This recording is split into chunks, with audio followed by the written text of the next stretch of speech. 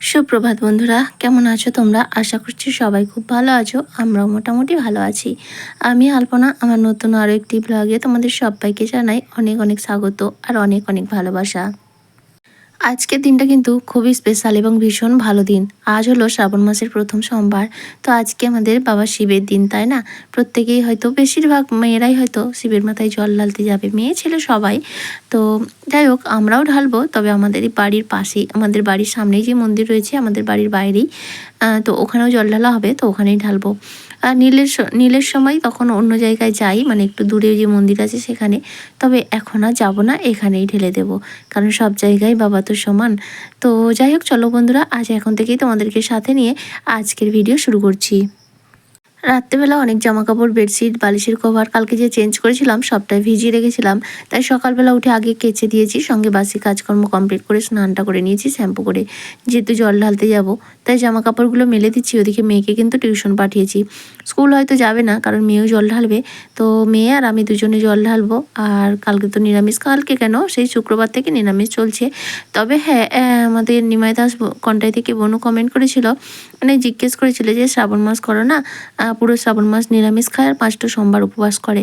না গো বোনু, আমরা শ্রাবণ মাস পুরো নিরামিষ করি না, মানে কোনো দিনই করা হয় না আর কি। তো ওরকম করিও না। আর 5টা সোমবার সেটা কোনো দিনও হয় না। তবে এবছর ভাবছি 5টা না হলেও প্রথমটা শেষটা করব। তো এরকমই চিন্তাভাবনা রয়েছে।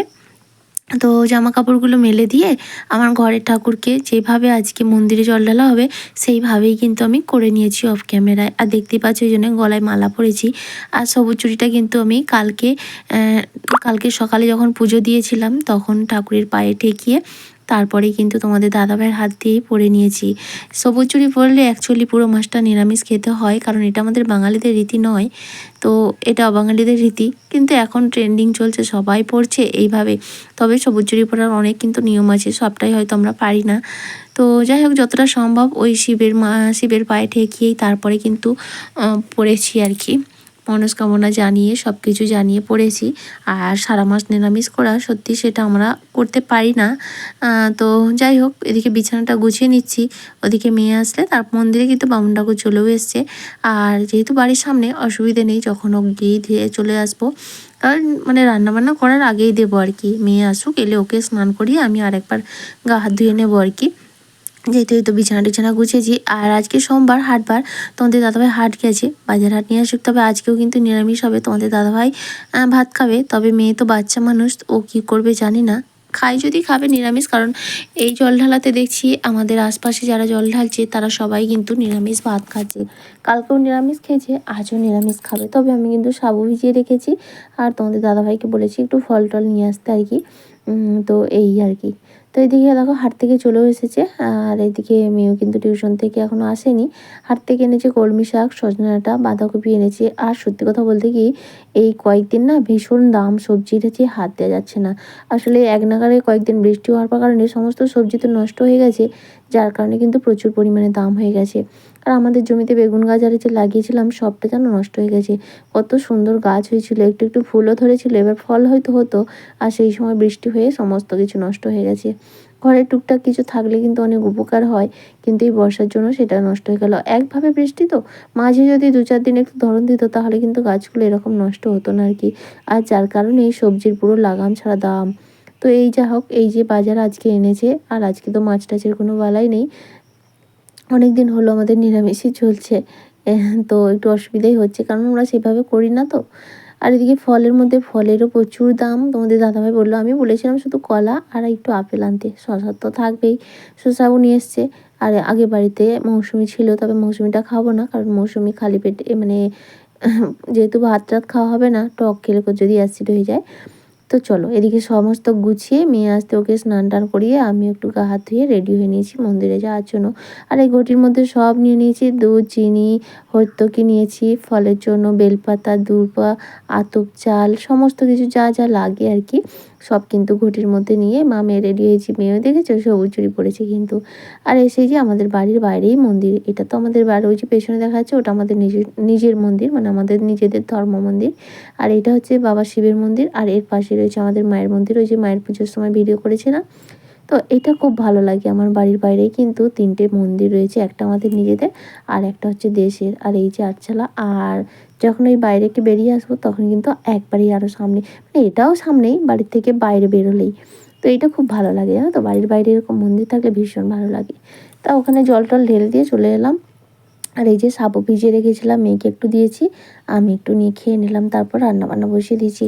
ওদিকে ভাত, আর এদিকে ডাঁটা আলু দিয়ে টমেটো দিয়ে আর সয়াবিন দিয়ে পাতলা করে নিরামিষ ঝোল করে দিচ্ছি, আর একটু কলমি শাক ভাজা, সবটাই নিরামিষ হবে। তো এদিকে ডাঁটা আলু সবটাই কিন্তু ভেজে নিয়েছি, সয়াবিনটাও আগে ভেজে নিয়েছি।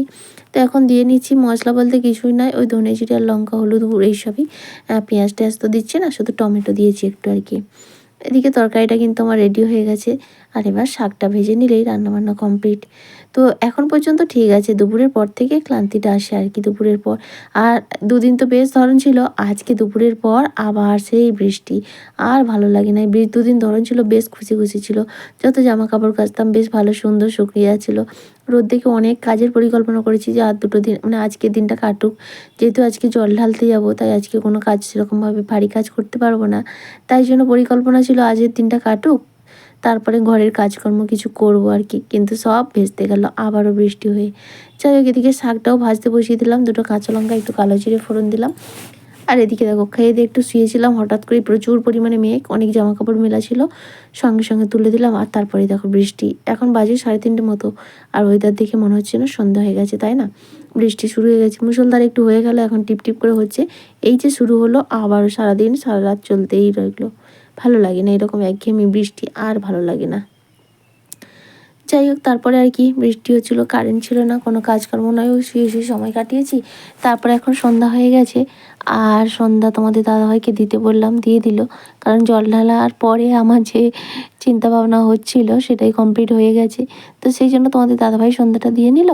আর তারপরে এই যে মেয়ে একটু পড়াশোনা করেছে, তারপরে যে বসে আছে। এখন বাজে 8টা মতো, রাতে রান্নাও হবে, তোমাদের দাদাভাই তো খাবে। আর মেয়েকে ভাত খাইয়ে দিয়েছি, সত্যি কথা বলতে নিরামিষ ভাত, যেহেতু সবাই খাচ্ছে আমাদের আশপাশে, সবাই বলছে এই মানে চৈত্র মাসে যে জল ঢালার ব্রত আর এই ব্রত নাকি এক নয়। ওই রসকুণ্ড ভণ্ড সবাই জল ঢালতে গিয়েছিলো, ওদেরকেও নাকি সেখানে নিরামিষ ভাত খায়। তারপর হ্যাঁ, তারকেশ্বরেও যারা যায় তারাও নাকি নিরামিষ ভাত খায়। যাই হোক, তো দেখো, যে যার কাছে নিয়ম, যে যার মতো করে, কারণ ঠাকুর কাউকে কোনো নিয়ম বলে দেয়নি, তাই না? তো যার মন যেভাবে চাইবে সে সেভাবেই করবে। তো এদিকে দেখো, এই যে যেগুলো কেচেছিলাম শুকিয়ে গেছে, বেশিরভাগটাই শুকিয়ে গেছিলো। আবার দুপুরবেলা দু একটা জিনিস কেচেছিলাম, সেটাই শুধু শুকায়নি। তো সেগুলো এখন এক এক করে গুছিয়ে নিচ্ছি, গুছিয়ে রাতে রান্নাটা করে নেব, আর তারপরেই ঘুমিয়ে পড়বো। তো সাবু না, অনেকটা সাবু ভিজিয়ে ফেলেছিলাম ভুল করে, মানে সাবু এতটা একসঙ্গে খাওয়া যায় না, তো তখন একবার খেয়েছিলাম, আবার এই বিকেলবেলা উঠে একটু খেয়ে নিলাম। তারপরে না, এখনও অনেকটা জমা হয়ে গেছে, আর খেতে ইচ্ছা করছে না জানো। মিষ্টি তো একভাবে খেলে গা পচকে যায়। আর ফলের মধ্যে শসা খেয়েছি, কলা খেয়েছি, আপেল যেন আমার ভালো লাগে না, জানো তো। যাই হোক, এদিকে সব গোছানো হয়ে গেল, এখন সব কিছু রেখে দিচ্ছি। তারপরে চলো রান্নাটা বসিয়ে দেবো। তবে রান্না বলতে একটু কুমড়ো সেদ্ধ দেবো, আর হচ্ছে মুগ ডাল করে দেবো, আর সঙ্গে একটু আলু ভাজা। প্রত্যেকদিন আলু ভাতে করি। তো যে আলুগুলো রয়েছে না আমাদের বাড়ির, মানে জমির আলু, তো এগুলো একেবারে বাদ পড়ে গেছে, মানে শেষের দিকের আলু, ছোট ছোট। আর আলু তো আমাদের স্টোরে রাখা হয়, তো সেই আলু বেরোবে একটা ভাদ্র মাসে আর একটা কার্তিক মাসে। তো এই যে ছোটো ছোটো আলুগুলো তো ফেলে দেওয়া যায় না, এইভাবেই রান্না করতে হয়, এগুলোকে ভাতে দেওয়া যায় না। ভাতের জন্য আবার একটু বড় সাইজ আলু কিনে আনতে হবে, নাহলে কারো কাছ থেকে পাল্টাপাল্টি করে নিলে, মানে আমাদের যখন বেরোবে তখন দিয়ে দিলে হবে, এরকমই করা হয় আর কি। তো আপাতত এখন আলুগুলো কেটে নিচ্ছি, ভাজা করে নেব। আর চলো বাকি কাজ করতে করতে তোমরা যারা কমেন্ট করেছো তোমাদের নামগুলো নিয়ে নিই। কমেন্ট করেছে Nimai Das Contai, Minu family blog, COC blog, Prashant Haldar এবং সোমনাথ বর্মন। তো সোমনাথ বর্মন আইডি থেকে কমেন্ট করেছে, দীঘায় আমরা গিয়েছিলাম, খরচ কীরকম হয়েছিল, হোটেলের ভাড়া কত ছিল। তো কী বলতো, খরচটা যে যার মতো করে করতে পারবে। আর আমরা যখন গিয়েছিলাম তখন আমাদের এসি রুম ভাড়া ছিল 1500 টাকা। তবে সমুদ্র থেকে একটু দূরে, যদি সমুদ্রের কাছাকাছি নিতে চাও তাহলে হয়তো আরও পড়বে। তবে এখন কিন্তু অফ সিজন, এখন হয়তো কমেও তোমরা পেতে পারো। তো হোটেল ভাড়ার উপরেই খরচটা বাড়ে কমে, এটাই আর কি। রুম ভাড়া যদি কম হয় তাহলে কিন্তু এদিকের খরচটা অনেক। আর আমাদের খাওয়া খরচা তখন বেশ ভালোই পড়ে গেছে। মাছ ভাত খেলেই 160 টাকা, শুধুমাত্র পোনা মাছ বা অন্য কোনো মাছ, পম্পেট, ইলিশ, ভেটকি, ভোলা, এই সমস্ত খেতে চাইলে আরও বাজেট পড়বে। তো ওগুলো তোমাদের নিজেদের বাজেট অনুযায়ী আর কি। তো হোটেল ভাড়াটা এইরকম 1000-1500-এর মধ্যেই প্রায় হবে, একটু যদি ভালো নিতে চাও। তো ওই আর কি, একবারে নির্দিষ্টভাবে বলা যায় না যে এত টাকা খরচ হতে পারে, তাই না? তো এরকম আমরা ১,৫০০ টাকা করে হোটেলের রুম ছিল, আর খাওয়া খরচ হইতো ১৬০ টাকা পার প্লেট মাছ ভাত। তো এইরকম। তো যাই হোক, তোমাদের সবাইকে জানাই অসংখ্য ধন্যবাদ। আর এইভাবেই তোমরা পাশে থেকো। আর তোমাদের সঙ্গে গল্প করতে করতে রান্না কিন্তু কমপ্লিট। ভিডিওটা এখানেই শেষ করছি আজকের মতো। টাটা।